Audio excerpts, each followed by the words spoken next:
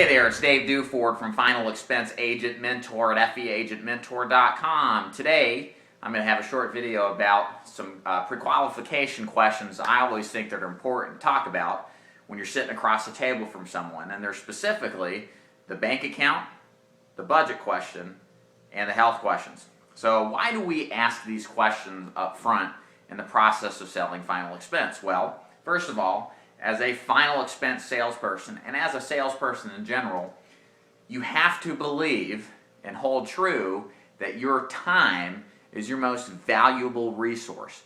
How you use your time dictates how much you can sell and dictates how you spend your time with the better, more opportune situations and circumstances. For example, my goal when I teach agents on how to sell Final Expense is to help them qualify faster, whether or not that person across the table, even though they may be a lead, to figure out whether or not they're a qualified lead. Somebody who has the urgency to buy, but also has the health, bank account, and budget. All four of those things are absolutely entirely important in figuring out if this person's going to buy or not. If they have all three of the four things, but that one thing they don't have, they have everything they want, but they don't have an account to draft off of, they're not a prospect most of the time. So what we try to do and what I try to train is making sure that you ask these pre-qualification questions, thus pre-qualify, before you actually get to the sales component of the Final Expense sale. So let's talk about the importance of each of these situations. The health questions are pretty straightforward and kind of common sensible.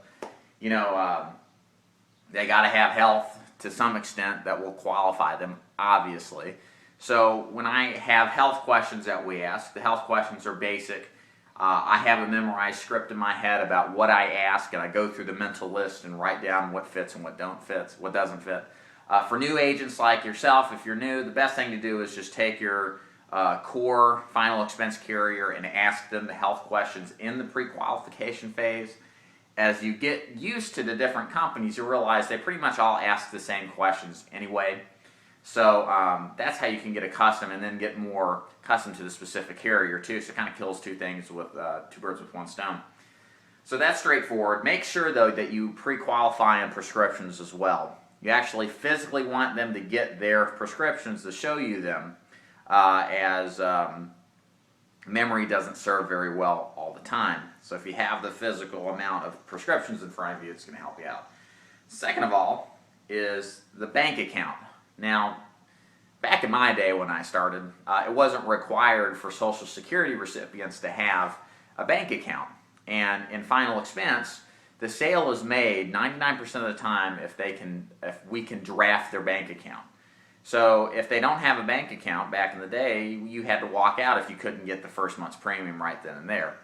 But nowadays, all Social Security and disability recipients are required to have either a regular checking or savings account to deposit Social Security into, or they have to have some kind of government-supported debit card without checks, commonly known as Direct Express cards or Net Spend cards.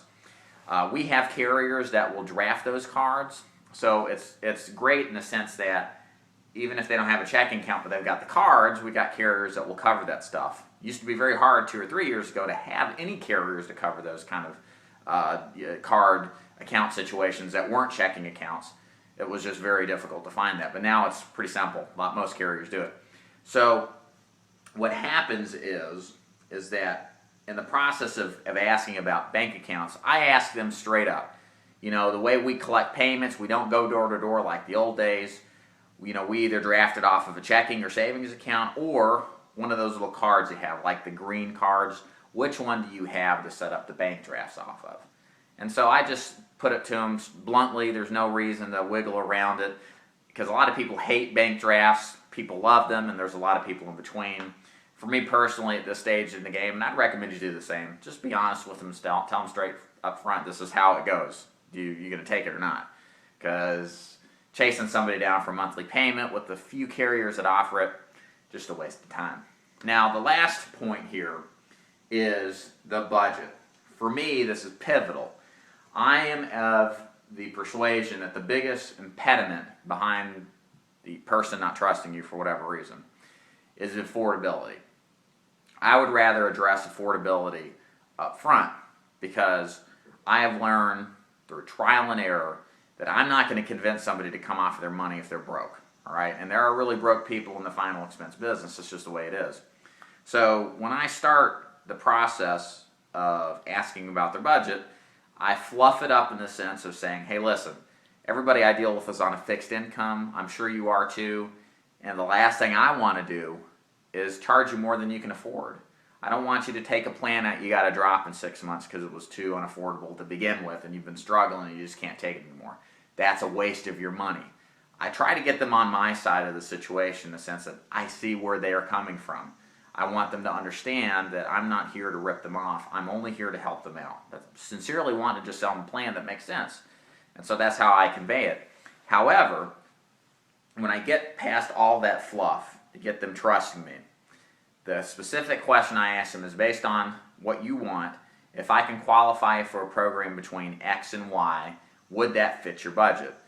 That's the pre-qualification question, and that's a trial close question. I'll have a video on that later if I haven't put it up already. But this question allows me to fix them into a range that they tell me they can afford.